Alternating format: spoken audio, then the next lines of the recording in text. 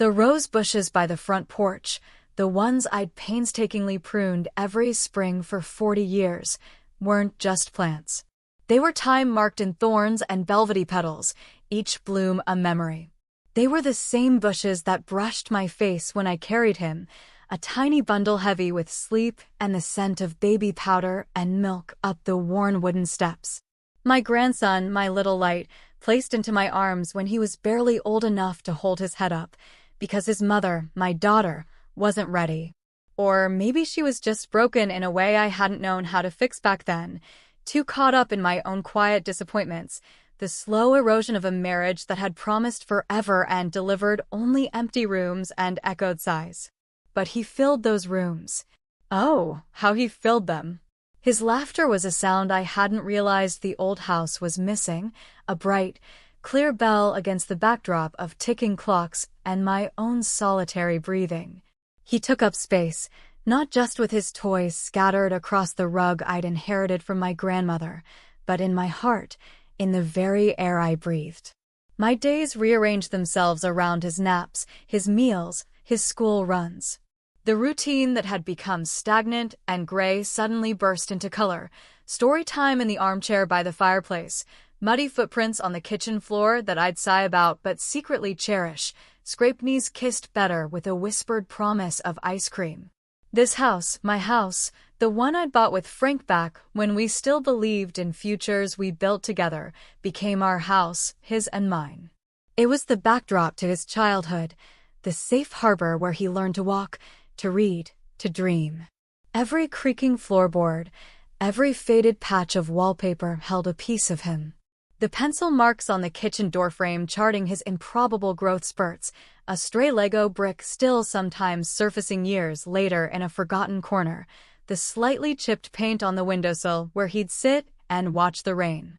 This wasn't just property, it was the physical manifestation of my love, my sacrifice, my entire later life poured into raising this one boy, giving him the stability, the unwavering presence his own parents couldn't offer. They drifted in and out, like fair-weather clouds, sometimes bringing sunshine, more often just casting shadows.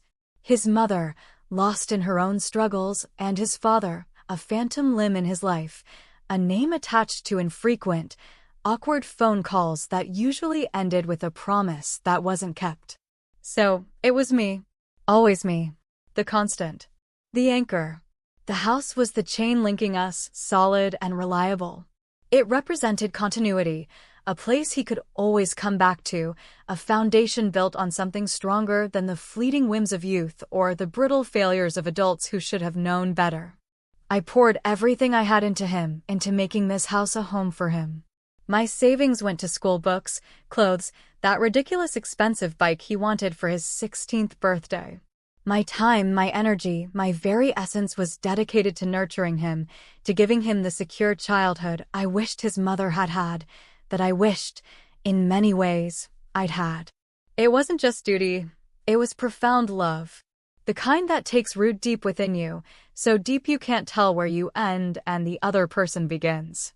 He was my legacy, not in bloodline alone, but in the shaping of a soul. He was the culmination of my life's work, the proof that I had done something right, something good and lasting, in a world that often felt transient and uncertain. The house stood as a silent witness to this, its walls absorbing the laughter, the tears, the quiet nights watching movies together, the loud arguments that come with adolescence, the even louder silences that follow. It wasn't just four walls and a roof. It was the vessel of our shared history, a living album of his growing up and my growing older, together, intertwined. And in my mind, it would always be ours, a place for him to return to bring his future family, to remember where he came from. A place of security, of belonging, built piece by piece, memory by memory, over decades of unwavering care. I never imagined it could be seen as anything else. Never conceived it could be reduced to something as cold and transactional as mere value, stripped of its history, its heart, its meaning. It started subtly, as these things often do. A dropped word here, a casual question there. He'd come around more often in the last couple of years, after finishing up whatever it was he'd been doing since leaving that college he didn't finish. Said he was trying to get on his feet. Needed a place to crash sometimes, maybe a little help with expenses. I'd always helped. It's what you do for family, especially the one you raised. He'd sit at the kitchen table, the same one where he'd done his homework all those years ago, looking older now, a little worn around the edges, but still with that spark in his eyes that reminded me of the boy who used to chase fireflies in the backyard. He was charming, always had been. Knew how to turn on the charm, how to make me feel needed, special. He'd talk about his plans, vague often, but full of ambition. Ideas for businesses, opportunities that were just around the corner, if only he had a little capital. He'd ask about the house, too. Not in a curious, nostalgic way, but practical. Do you know how old the roof is, Gran? Or have you ever thought about getting the place valued? He'd make it sound like he was just looking out for me, concerned about maintenance, about my future security. And I, naive fool that I was, believed him. Why wouldn't I? This was the boy I'd sacrificed for, the young man I still saw glimpses of the child in. The thought that he could have any ulterior motive was simply unthinkable. It was a blind spot in my heart, a place where love made me vulnerable, where I couldn't conceive of malice or calculation. My daughter, his mother, would sometimes call. Rare events, those calls. Usually brief, often asking about him, never really offering any help or showing much interest in me. She'd mention he was struggling, that he needed support. It felt like a quiet reinforcement, a confirmation from the periphery that my continued presence in his life, my willingness to help, was not just expected, but necessary. She never mentioned his plans for my house. Perhaps she didn't know, or perhaps, more chillingly, she did. The thought sends a shiver down my spine even now, a cold little snake coiling in the pit of my stomach. There were other people too, sometimes. Friends he'd bring over, smooth-talking types who seemed overly interested in my comfortable old house, asking about the neighborhood, the size of the lot. They'd praise its potential, use words like prime location and investment opportunity. It felt like they were talking about something else entirely, not my home, not the place where I'd nursed chickenpox and celebrated birthdays and grieved losses. Their eyes weren't seeing memories, they were seeing numbers. It made me uneasy, but I dismissed it. Just young people talking business, I told myself. They don't understand what this place means. He never corrected them, though. Just smiled that charming smile, a little too wide, a little too fixed. Looking back, the signs were there. Subtle shifts in his demeanor, moments when he seemed impatient, restless, when my stories about the past seemed to bore him. He was no longer the boy who cherished the memories held within these walls. He was a young man looking outwards, seeing the house not as a sanctuary, but as a stepping stone, a means to an end. The air began to feel subtly different when he was here, charged with an unspoken energy, a tension I couldn't name. It wasn't hostility, not exactly.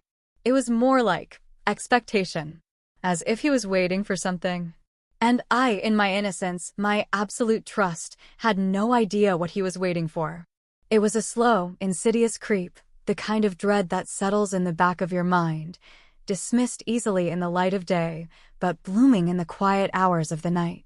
A feeling that something precious was being eyed, assessed, valued in a way that felt wrong, profoundly wrong. The first official notification wasn't addressed to me. It was a legal-looking envelope, thick and formal, tucked into the mailbox on a Tuesday. My name wasn't on it. It had his name. And my address. I remember my hand trembling slightly as I picked it up. He hadn't been around for a few days, which wasn't unusual, but it felt longer this time. A silence that felt heavy waited. Curiosity and a flicker of concern for him made me open it. It was dense with jargon, legalese I didn't fully understand at first glance. But certain words jumped out, stark and cold against the dense text: property, sale agreement, closing date, deed transfer. My heart started to pound, a frantic drum against my ribs. This couldn't be right. Sale agreement? Closing date? For this address? I reread it, my eyes scanning frantically, trying to piece together the nightmare logic of the document. His name was listed as the seller. My address was listed as the property being sold. A buyer's name, utterly unknown to me, was listed. And a date, circled in my mind like a black hole, was listed as the proposed closing date. It was less than a month away. I felt the blood drain from my face, leaving a cold, hollow ache. This wasn't just a mistake. This was real. This was happening. The house. My house. The house he grew up in. The house I poured my life into. He was selling it. He was selling my home.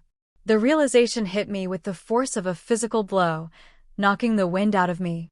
I stumbled back, clutching the paper, the crisp edges feeling sharp and dangerous against my trembling fingers. How? How could he? How could the boy I raised, the man I loved unconditionally, do something like this? Without a word? Without asking? Without even telling me? The betrayal wasn't just in the act of selling the house. It was in the secrecy, the deliberate omission, the quiet, calculated move behind my back. It was a violation of trust so profound it felt like a physical assault on my very being. I felt exposed, vulnerable, stripped bare. The house, which had always been my shield against the world, was being used against me. I tried to call him. His phone went straight to voicemail. I called his mother. Her line was busy, then went unanswered. The silence from them was deafening, confirmation enough that this wasn't a misunderstanding. They knew. Or at least, he knew, and perhaps she was complicit in her silence. I walked through the house, the familiar rooms now feeling alien, charged with this horrific new reality. The worn armchair wasn't just an armchair, it was an item to be appraised, sold. The kitchen table wasn't where we shared meals, it was part of a property soon to belong to strangers. Every object, every corner, was tainted by the knowledge of the impending transaction. It was as if the walls themselves were weeping the memories they held, soon to be erased, painted over by someone else's life. The air felt thick, suffocating. I opened windows, needing fresh air, but the feeling wouldn't dissipate. It was internal, a sickness spreading from my heart outwards. How long had he been planning this? How long had he been looking at me, at the house, not with love and gratitude, but with the cold eyes of someone assessing an asset? The thought was unbearable. It was a betrayal that went beyond property. It was a betrayal of every sacrifice I had made, every late night spent worrying, every penny I had saved, every ounce of love I had freely given. It was a message that said my life's work, my home, my very security, was worth less than whatever sum he stood to gain. Less than pocket money. The phrase, when I finally fully grasped it from the title of the agreement, a sum that seemed ludicrously small for the value of the property, felt like a final, cruel twist of the knife. My home, my history, sold for a pittance. For pocket money. The sheer casualness of it was soul-crushing. The next few days were a blur of frantic, disbelieving activity. I called a neighbor, bless her heart, a sharp woman who had always looked out for me. She listened patiently, her initial shock quickly turning to righteous indignation on my behalf. She recommended a lawyer, a woman known for being tenacious, especially when it came to protecting the vulnerable. Making that call felt like admitting defeat, admitting that the boy I raised was capable of something so monstrous I needed legal intervention. But it also felt like taking the first tentative step towards fighting back. The lawyer, Miss Davies, was brisk and no-nonsense. She confirmed the legality of the document. It appeared my grandson, in the years before he'd come back asking for help, had somehow gotten his name added to the deed. How he'd managed it, I still don't fully understand. Was it through some manipulation when I'd had a health scare a few years back and signed some papers he said were about my will? Was it something else entirely? The lawyer asked questions I didn't have answers to. Had I signed anything transferring ownership? Had I been coerced? Had I even known? No, and no. Not knowingly, not willingly. The thought that he might have tricked me into signing something, perhaps hidden amongst other documents, was a chilling possibility that made my stomach churn. It wasn't just betrayal anymore, it was potentially fraud. Ms. Davies explained the complexities, the difficulties. Proving he'd acted without my full consent, or fraudulently, would be hard. His name was on the deed. On paper, he had a legal right to sell. A cold, hard legal right that seemed to laugh at the emotional truth, the history, the love that had built this home. She spoke of injunctions, court dates, the slow, expensive grind of the legal system. It all felt so far away from the simple, devastating reality. My grandson was selling my home. The phone calls to him continued to go unanswered. To his mother, too. They had vanished, leaving me alone to deal with the wreckage. Family members I hadn't heard from in years suddenly surfaced, drawn by the scent of conflict or perhaps just morbid curiosity. My ex-husband, Frank, who hadn't stepped foot in the house in 20 years, called. Not to offer help, but to express a detached sort of concern, tinged with what sounded suspiciously like "I told you so" about my daughter and, by extension, her son. He seemed more worried about the potential impact on the family name or some vague notion of inheritance than on my imminent homelessness. His superficial charm, always a thin veneer over a deep self-interest, was on full display. He suggested I just work something out with the grandson, as if this were a minor disagreement over borrowing the car, not the destruction of my life's foundation. I hung up on him. There was no working this out. Not now. The wound was too deep, the trust shattered irrevocably. The buyer, through their lawyer, sent a polite but firm letter stating they intended to proceed with the sale. They had a valid contract. They were innocent parties caught in a family dispute. Legally, they were probably right. But morally, didn't they see the injustice? Didn't they care that they were buying a home out from under an elderly woman who had no idea it was being sold? Apparently not. Money talks louder than morality in their world. I felt a wave of despair wash over me. How could I fight this? Against my own grandson, against the legal system, against strangers who saw only a transaction? I walked through the house again, touching the furniture, the walls, the window panes, trying to imprint them onto my memory. This could be the last time. The thought was a physical pain. This house held the echoes of my life, my son's life before he left, my daughter's brief, unhappy stay, and most vividly, my grandson's entire childhood. It wasn't just wood and plaster, it was the repository of my heart. And he was tearing it down for pocket change. The casualness of the betrayal was what hurt the most. Not for a life-saving operation, not to escape true danger, but for expenses. For pocket money. It was an insult to everything this house represented, to everything I had given him. It felt like he had looked at my love, my sacrifice, my home, and deemed it worth less than a few $1,000s. The days bled into each other, marked by the dread in my gut and the cold fear that gripped me every morning. Ms. Davies was working on filing the injunction, a temporary measure to halt the sale while we built a case. She needed evidence, anything proving I hadn't agreed, proving manipulation or fraud. But how do you prove a negative? How do you prove you didn't know, you didn't agree, when the person who betrayed you is the one providing the counter-narrative? He finally responded, not in my calls, but through a terse, emotionless email forwarded by his lawyer. It was short, clinical, and written in language that didn't sound like him at all. It stated that I had been informed of the sale, that the funds were needed for his urgent business ventures, and that arrangements would be made for my relocation. Relocation. As if I were a piece of furniture to be moved. The sheer audacity, the gaslighting, was breathtaking. He was lying. Bald-faced, cold-blooded lying. Claiming I knew? Claiming I agreed? The email didn't contain a shred of regret, no apology, no acknowledgement of the life he was dismantling. It solidified the chilling transformation I had only glimpsed before. The boy I raised was gone, replaced by a stranger capable of profound cruelty.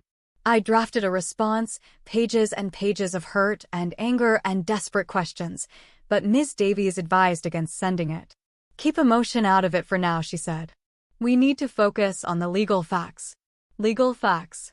The world had been reduced to legal facts, stripping away the decades of love and history and turning my life into a case number. My neighbor, Mrs. Gable, came over often. She didn't pry, just brought over casseroles and sat with me, offering quiet company. She talked about her own life, her children, her struggles, grounding me back in the reality that life, messy and painful as it could be, went on. Her presence was a lifeline, a reminder that not everyone was capable of such profound unkindness. She saw my pain, the visible manifestation of the internal wound, and offered simple, genuine human connection. It was a stark contrast to the calculated detachment of my grandson and the superficiality of other family members. One afternoon, while going through old photo albums, a painful walk down memory lane, now fraught with the knowledge of betrayal, I found a small, leather-bound notebook tucked away in a drawer. It was one I hadn't looked at in years, where I used to jot down important dates, appointments, little reminders. Flipping through it, my heart sank. There, on a page from 2 years ago, a date circled, a note. "Meeting will update? G for grandson." I remembered him suggesting I update my will, make sure everything was in order, just in case. He'd even offered to help me find a lawyer, saying he knew someone reliable. I'd gone to a meeting, a brief one, signed some papers that I understood to be about my estate, simplifying things. He'd been present, helpful, guiding me through it. Had he slipped something else in? Had he used that moment of vulnerability, my trust, to gain access to my property? The possibility felt like a physical blow. It was the layered reveal Ms. Davies had talked about. The pieces were starting to fit together, forming a picture more horrifying than I had initially imagined. It wasn't just opportunistic, it was premeditated. He had been planning this for at least 2 years, subtly maneuvering, waiting for the right moment. The charming questions about the house, the talk of helping me with my will, it was all part of a long game. The casual questions about the house weren't innocent concern, they were reconnaissance. The offer to help with the will wasn't about my peace of mind, it was about accessing the legal means to steal my home. The irony was a bitter taste in my mouth. I had thought he was looking out for me. He was just looking out for himself, using my love and trust as the tools for his deception. That notebook, that single entry, felt like a vital clue, a small piece of evidence in the overwhelming tide of despair. I took it to Ms. Davies immediately. She examined it carefully. "This isn't proof of fraud," she said, "but it establishes a timeline. It shows he was actively involved in your affairs around the time the deed was potentially altered. It helps build the picture of manipulation." It wasn't a smoking gun, but it was a step. A small, terrifying step towards understanding the depth of his betrayal and finding a way to fight back. The feeling of being resigned had begun to lift, replaced by a simmering anger, a quiet determination not to let him get away with it. The days leading up to the proposed closing date were a nightmare lived in slow motion. The injunction was filed, but it was temporary. We needed more concrete evidence, a stronger case. Ms. Davies pursued every avenue, digging into the legal history of the property, questioning how his name had been added to the deed without my explicit, informed consent. It turned out the papers I had signed during that meeting about my will, the one he had facilitated, were indeed linked to the deed transfer. He had presented them as part of the general estate planning, documents to simplify things if anything happened to me. I remembered signing them, vaguely, trusting him completely. I hadn't read them line by line, the legal jargon impenetrable anyway. He had betrayed my trust in the most fundamental way, using my love and my age to manipulate me. It was a cold, calculated act. The knowledge sent waves of nausea through me. How could I have been so blind? So trusting? The house itself felt different now. It was no longer a warm embrace, but a battleground. Every room held not just memories, but the ghosts of his deceit.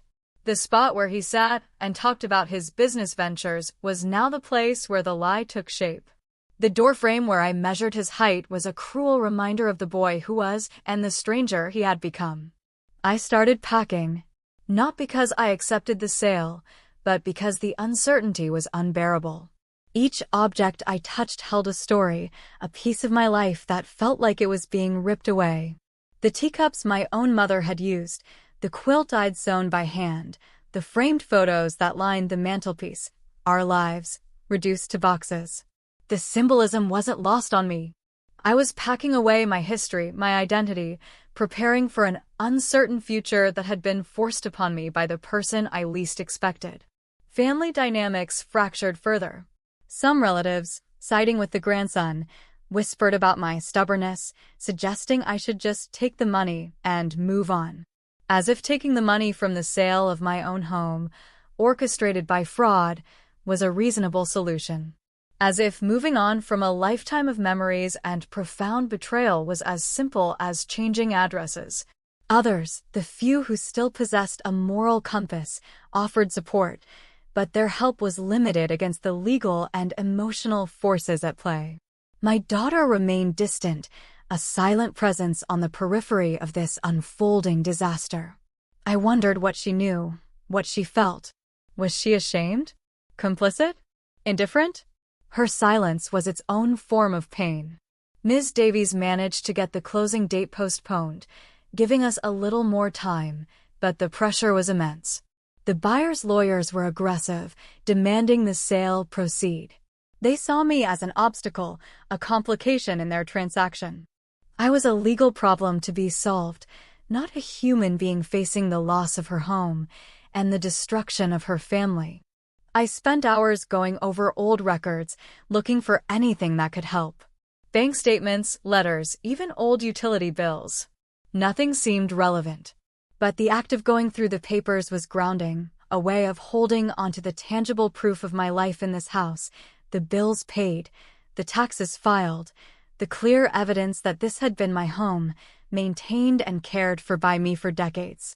One rainy afternoon, while sifting through a box of old photos, I found a small, slightly faded picture tucked away at the bottom. It was of me, younger, standing in front of the house just after I bought it with Frank. But on the back, in my own handwriting, was the date and a note about the original mortgage being paid off. And below that, a later annotation from decades ago, deed solely in my name now. Frank agreed. This was proof. Proof that at one point, the house was undeniably and solely mine.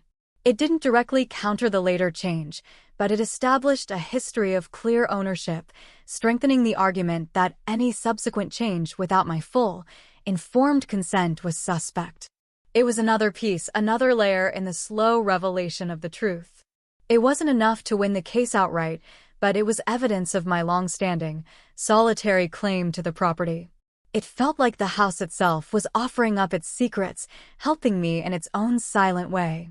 This house, which had been the object of his betrayal, was also the source of my potential defense. The irony wasn't lost on me. The symbolic object, the house, was fighting back with me. It fueled a spark of defiance. I wouldn't just pack boxes and disappear. I would fight for my home, for my history, for the principle of what was right. The resignation began to fade, replaced by a steelier resolve. The quiet strength I'd always possessed, buried under layers of hurt and disappointment, was beginning to surface. The fight moved into the courtroom. Not a full trial yet, but preliminary hearings for the injunction, arguments about ownership, about the validity of the deed transfer. Sitting in that cold, sterile room, watching lawyers in their crisp suits debate the fate of my home, felt surreal. They used clinical language, referring to the property, the documents, the parties involved. I was a party involved. My grandson was another party involved. The buyer was the third. It reduced our complex, emotionally charged reality to a dry legal dispute. My grandson wasn't there in person. He was represented by his own lawyer, a slick, expensive-looking man who argued his client had acted within his rights, that I had been fully aware of the transaction and that I was now attempting to obstruct a legitimate sale out of spite. Spite. The word stung more than any other accusation. My heart was broken, my life upended, and they called it spite. My lawyer, Ms. Davies, was methodical and calm. She presented the timeline, the notebook entry, the evidence of my long-standing sole ownership, the lack of clear documentation showing my informed consent for the deed change. She painted a picture of a vulnerable older woman manipulated by a younger relative she trusted implicitly. The grandson's lawyer countered by producing documents with my signature, claiming they proved my consent. My signature was there, yes, but I knew how those signatures had been obtained, under the guise of signing papers for my will, in a moment of trust and vulnerability, with his reassuring presence guiding me. It was my word against his, my memory of manipulation against his claim of legitimacy. It felt like an impossible mountain to climb. There was a moment during a recess when I saw his lawyer conferring with someone I didn't recognize at first.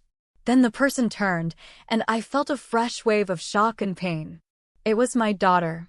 She was there. Not to support me, her mother, but seemingly to support her son, or at least, his legal team. She didn't approach me, didn't meet my eyes. Just stood a distance away, a silent, passive presence that felt like another betrayal. My own child, aligning herself, however quietly, with the son who was trying to take my home. The depth of the family dysfunction, the twisted loyalties, was laid bare in that moment. It wasn't just about the house anymore. It was about the collapse of everything I thought my family was. Ms. Davies noticed my distress. "Focus on the facts," she murmured, her voice low and steady. "Don't let them distract you." The fight had to be about the facts, about the legal truth, even though the emotional truth was screaming inside me. The judge listened, impassive.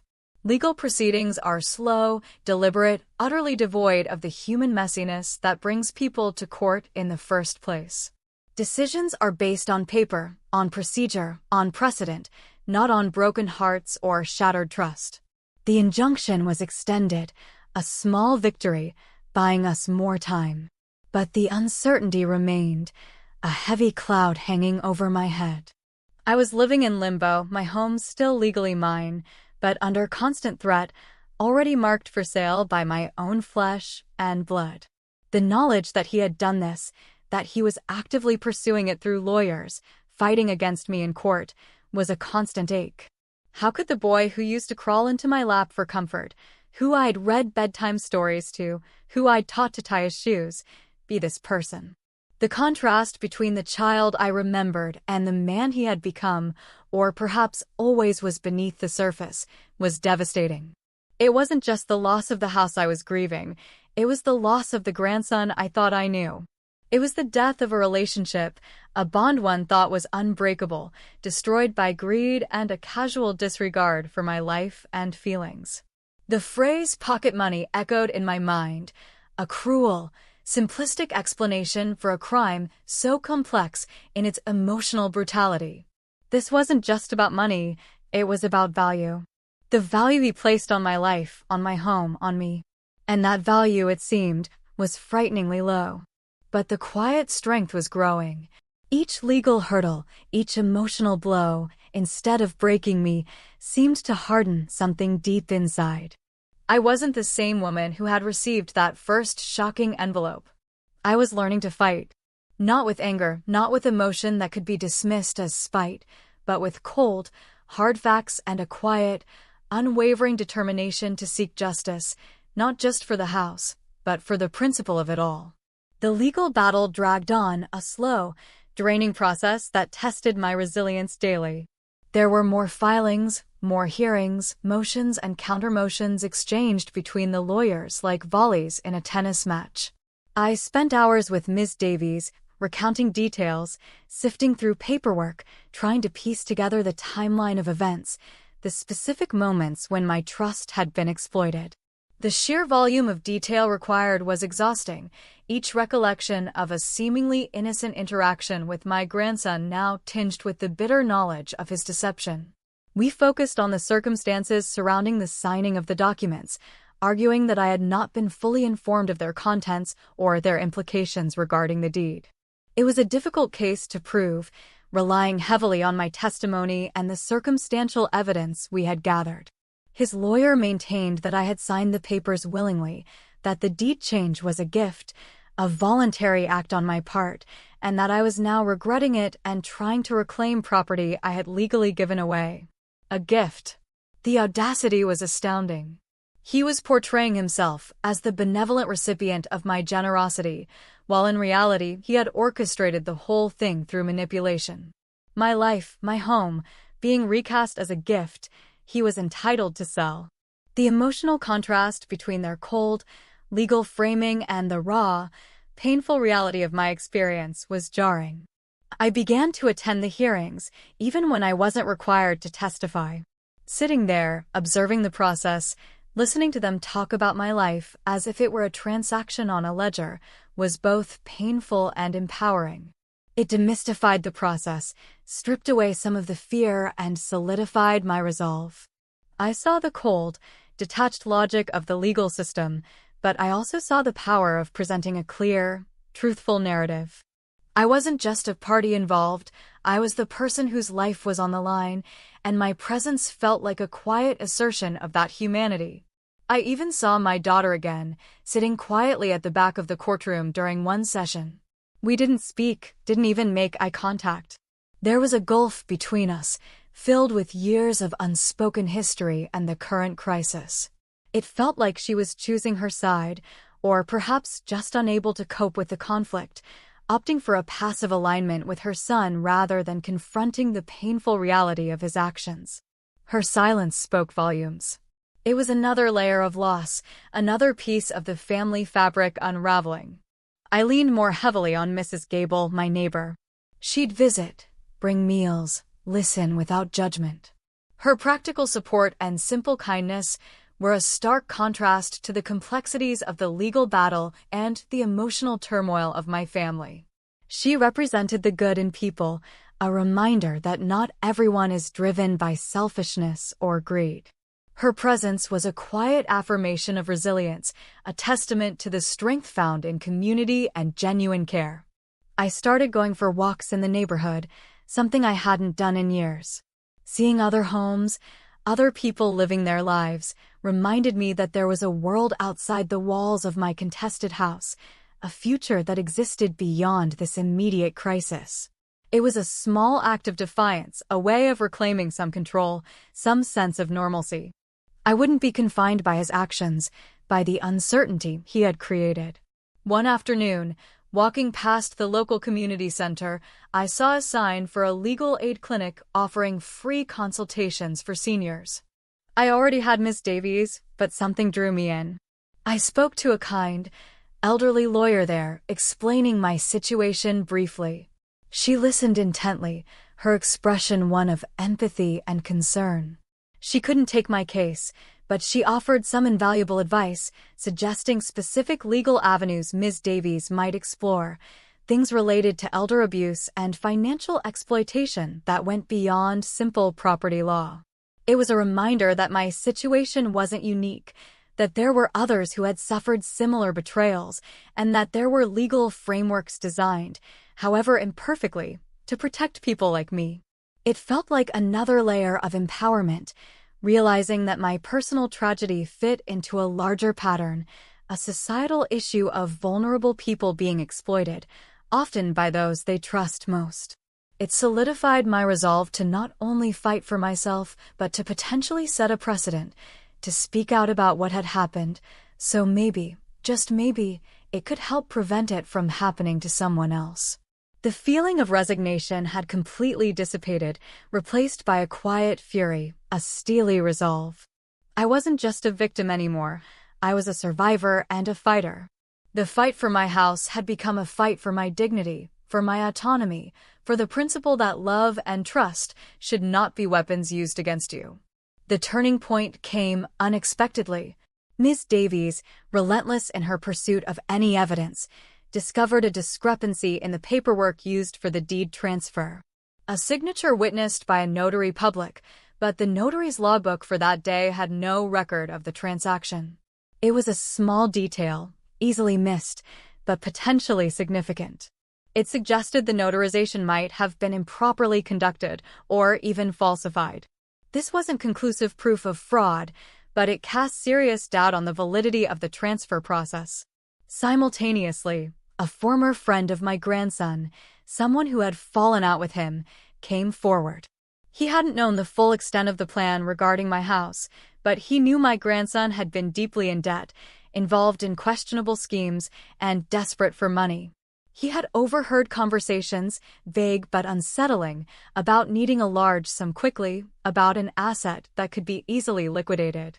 He provided an affidavit detailing what he knew, painting a picture of my grandson's financial desperation and dubious associates. It wasn't a direct confession, but it corroborated the motive, the pocket money aspect, not as a trivial sum, but as a desperately needed influx of cash for failing ventures. These two pieces of information, the potential issue with the notarization and the testimony from the former friend, significantly strengthened our case. They shifted the narrative from a simple dispute over a gift to a potential case of financial exploitation and questionable legal procedure. The temperature in the courtroom changed. The judge, who had seemed somewhat skeptical initially, began to listen more intently. My grandson's lawyer, who had been confident and dismissive, became noticeably more cautious. The air of inevitability that had hung over the proceedings began to dissipate, replaced by a fragile sense of possibility. The fight wasn't over, not by a long shot, but we finally had some solid ground to stand on. Ms. Davies was able to argue more forcefully that the deed transfer was not a legitimate transaction, but the result of manipulation and potentially improper legal process, orchestrated by someone in desperate financial straits. She also used the testimony from the friend to highlight the vast difference between the market value of the house and the sum my grandson allegedly received or needed, reinforcing the pocket money aspect as proof of desperation and undervaluation, not a fair transaction. My daughter still hovered on the periphery, but her presence seemed more conflicted now. I saw her watching me during a break, a flicker of something in her eyes. Was it guilt? Regret? Pity? I couldn't tell. We were ships passing in the night, bound by blood but separated by circumstances and choices. I didn't reach out. The pain was still too raw, the silence between us too heavy with unspoken accusations and failures. But seeing her there, knowing she was witnessing the potential unraveling of her son's scheme, felt like a subtle shift in the balance. Perhaps she was finally seeing the truth of his character, the depth of his deceit. The psychological toll of the legal battle was immense, but these small breakthroughs, these pieces of evidence falling into place, fueled my determination. I wasn't fighting just for a house anymore. I was fighting against being erased, against having my life's work, my very existence in that home, dismissed as something disposable. I was fighting for the principle that the emotional value of a home, the history it contained, the love that built it, mattered. That trust betrayed had consequences. And that even a quietly strong woman, underestimated and betrayed, could stand up and fight for what was hers. The resignation was gone. The bitterness remained, a deep scar, but beneath it was a layer of tempered steel. I was bruised, but not broken. The inversion of the power dynamic was beginning. He had thought he held all the cards, using my trust against me. But by fighting back, by exposing his actions, I was slowly, painstakingly, reclaiming my power. The house, the silent witness, was finally speaking, through the discrepancies in its paperwork, through the people who came forward. It was helping me tell its story and my own. The pressure on my grandson and his legal team increased. With the potential issues surrounding the deed notarization and the evidence of his financial desperation, the case was no longer a guaranteed win for them. They faced the risk of the deed transfer being invalidated, the sale collapsing, and potentially facing further legal scrutiny for fraud. It was clear they wanted to avoid a full trial. Behind the scenes, negotiations began.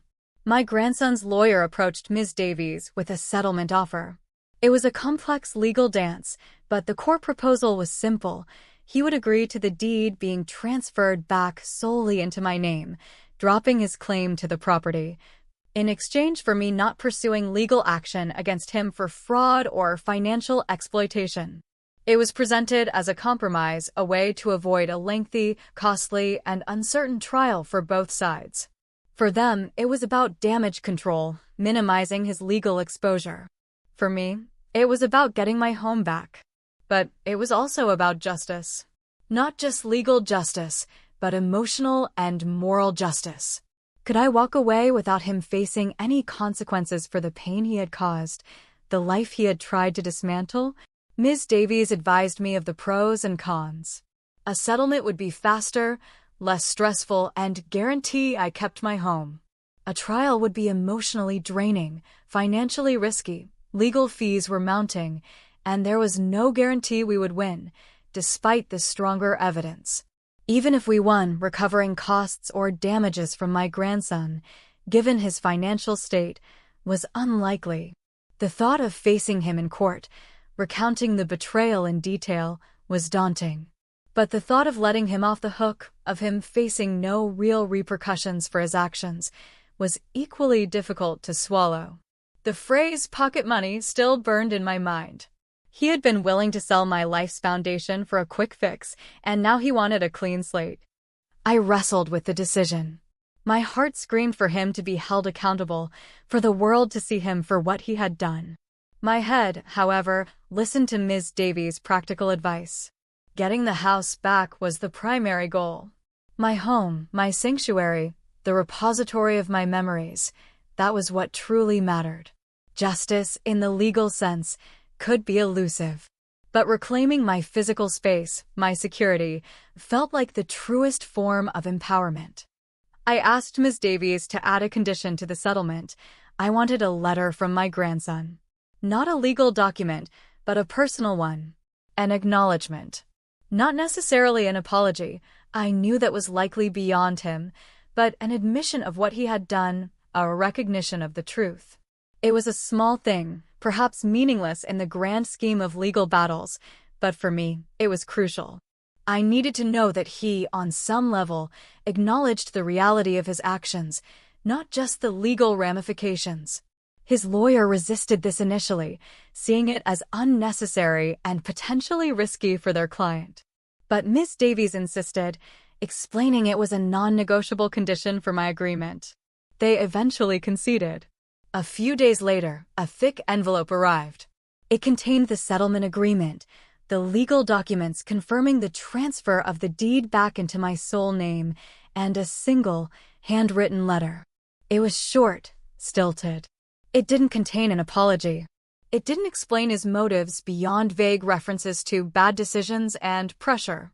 But it did contain a sentence, scrawled near the end, that felt like a cold, hard stone dropping into my gut. I know I shouldn't have done it this way. Not I shouldn't have done it, but I shouldn't have done it this way. It was a chilling insight into his perspective. The act itself wasn't necessarily wrong in his eyes, only the method he used to achieve it. It lacked genuine remorse, any deep understanding of the hurt he had inflicted. It wasn't the cathartic confession my emotional self might have craved. But it was an acknowledgement. A sliver of truth in a sea of lies and legal maneuvering. It wasn't redemption for him, not by a long shot. But for me, it was closure on one painful chapter. I signed the settlement agreement. The house was mine again. Legally, undeniably mine. The feeling wasn't triumphant, but it was one of profound relief, mixed with the lingering ache of betrayal and the sadness of what was lost. The house was safe, but my relationship with my grandson was not. It was broken, perhaps irrevocably. The symbolic object was recovered, but the human connection it represented was shattered. The inversion of power was complete. I had taken back what was mine, not through aggressive revenge, but through quiet persistence and holding onto the truth. Stepping back into the house after the legal process was finalized felt strange. It was mine again, legally, formally. The threat was lifted. The air was no longer thick with dread, but it wasn't entirely clear either. The ghosts of the past few months lingered. The fear, the anger, the profound sadness of betrayal. The house looked the same on the surface, but I saw it differently. I saw the walls that had silently held my history while a scheme was being plotted within them. I saw the doors he had walked through, carrying his deceit. The physical space was restored, but the emotional landscape was permanently altered. The settlement meant I didn't have to move, didn't have to pack away my life. The boxes I had half-filled sat in the spare room, silent witnesses to the turmoil. I started unpacking them slowly, hesitantly. Touching each object felt like reconnecting with a part of myself that had been suspended, waiting. The photos, the books, the small trinkets collected over a lifetime, they were mine, in my home, where they belonged. But the joy of reclaiming them was muted by the pain. I hadn't heard from my grandson since receiving that stilted letter. No phone call, no attempt at contact. His silence was a clear message. He had made his choice. Perhaps he couldn't face me, or perhaps he simply didn't care enough to try. The absence was palpable, a gaping wound in the life we had shared. My daughter eventually reached out. A tentative phone call, full of hesitant words and awkward pauses. She expressed relief that the legal situation was resolved and the house was safe. She spoke vaguely about her son's troubles, his immaturity, his poor choices. But there was no deep dive into the betrayal, no full acknowledgement of the pain I had endured or her own passive role in the situation. It was a conversation that stayed on the surface, circling the edges of the trauma without ever truly confronting it. We talked, but the connection felt fragile, strained. The family fabric was torn, and I didn't know if it could ever be fully mended. Mrs. Gable continued to be a source of quiet support. She celebrated the news that I got the house back, genuinely happy for me. Her simple kindness was a balm against the complexities of my family relationships. She didn't pry into the details, just offered a steady presence and a listening ear. She represented the possibility of rebuilding, of finding connection and support outside the damaged structure of my immediate family. I started working in the garden again, pruning the rose bushes that had witnessed so much. Getting my hands dirty, feeling the soil, tending to the plants, it was therapeutic. It was a way of focusing on growth, on nurturing life, instead of dwelling on destruction and betrayal. The thorns were still there, a reminder of past hurts, but the promise of new blooms was also present. The house was safe, but my perspective had changed irrevocably. I was no longer the naive, overly trusting woman who had been so easily manipulated. The experience had stripped away layers of innocence, replacing them with a wary wisdom.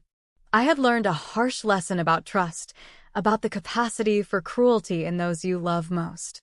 The phrase pocket money would forever be etched in my mind, not just as the symbol of his betrayal, but as a reminder of the devastating impact of casual greed and selfishness. It was a dark lesson, but one that had ultimately led me to find a strength I didn't know I possessed. I had been broken, yes, but in the process of fighting back, I had found the pieces and put myself back together, perhaps in a stronger, more resilient form. The house stood, a symbol of my resilience, a testament to the battle fought and won. It wasn't just wood and stone, it was a monument to surviving the storm, a physical reminder that even after the deepest betrayal, it is possible to reclaim what is yours and to find your footing again, quiet strength intact. The future was uncertain, yes.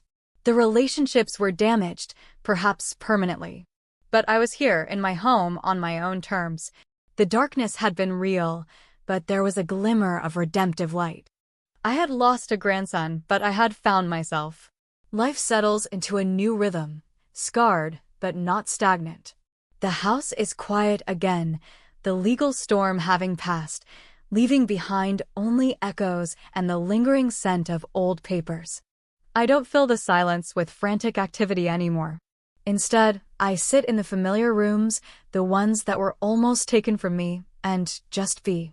I run my hand over the worn arm of the chair where he used to sit on my lap, the same chair where I now read or simply watch the light change through the windows. It's a different kind of quiet than before.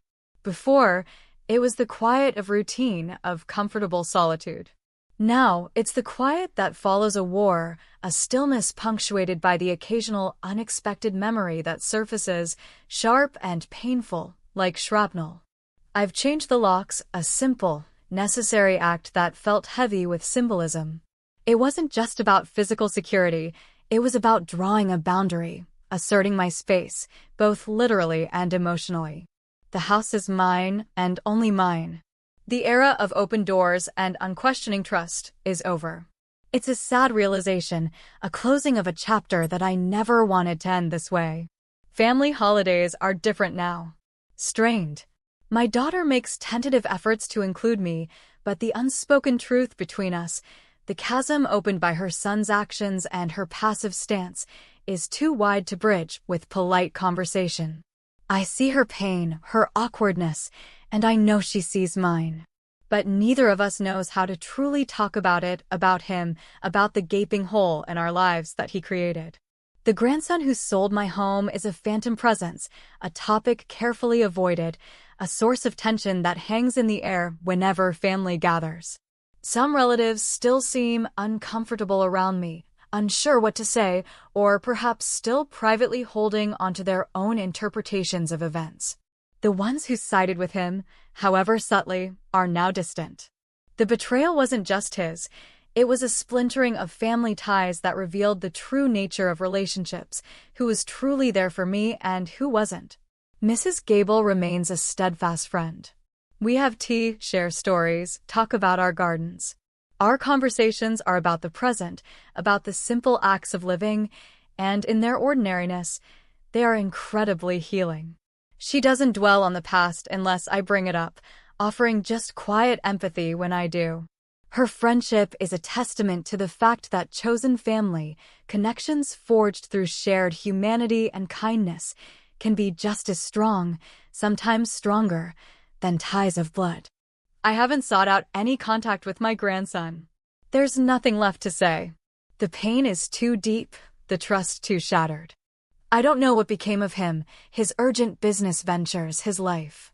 Part of me, the part that still remembers the boy I raised, wishes him well, wishes he could find a better path. But the larger part, the part that was hurt and betrayed, is wary, detached. He made his choice, and it severed the bond between us. The house, the physical manifestation of my life, my sacrifice, my love, is safe. It is no longer just a symbol of betrayal, but a symbol of survival. It stands, solid and enduring, despite the storms that have raged around it. It holds the memories, yes, both good and painful, but it also holds the quiet strength I found within its walls. I walk through the rooms not with dread anymore, but with a sense of reclaiming. This is my space, my history, my home. It was almost stolen, reduced to a number, to pocket money. But I fought back, not with grand gestures or public pronouncements, but with quiet determination, navigating the complex, impersonal world he tried to force me into and finding my way back to the life he tried to take. The journey wasn't one of sweet revenge. It was one of painful resilience, of finding empowerment in the face of profound betrayal. The redemptive part isn't about him. It's about me. It's about knowing that I could withstand this, that I could fight for myself, that I could reclaim my life even after someone I loved tried to dismantle it. The house stands, and so do I, wounded, yes, but standing tall. The quiet strength wasn't broken, it was forged anew in the fires of betrayal. And that, in the end, is a victory he can never take away.